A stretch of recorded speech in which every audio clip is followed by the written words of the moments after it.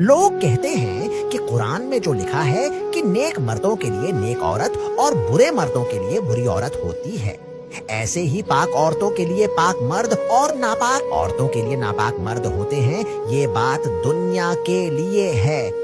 जबकि ऐसा नहीं है। इस आयत के सियाक और सिबाक पर गौर किया जाए तो पता चले कि यहाँ बात आखिरत की हो रही है, क्योंकि मैंने बहुत सी ऐसी पाक औरतें देखी हैं जिनका हमसफर बुरा मर्द होता है, और बहुत से ऐसे पाक मर्द देखे हैं जिनकी हमसफर बुरी औरतें होती हैं। ऐसे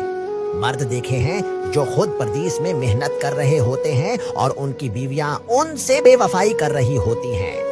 और बहुत सी ऐसी औरतें देखी हैं जिनके शौहर बाहर हैं, मुंह काला कर रहे होते हैं, क्योंकि इस दुनिया में अल्लाह ने सबको इजाजत दी हुई होती है कि कर लो अपनी मर्जी, मेरा काम तुम्हें सही और गलत की पहचान करवाना है। अब ये तुम पे है कि तुम दुनिया के रास्ते पर चलते हो या मेरे रास्ते पर। लेकिन क़यामत के दिन तुमसे मैं भी हिसाब लूंगा, और मेरा वो बंदा भी जिसके साथ तुमने धोखा किया था।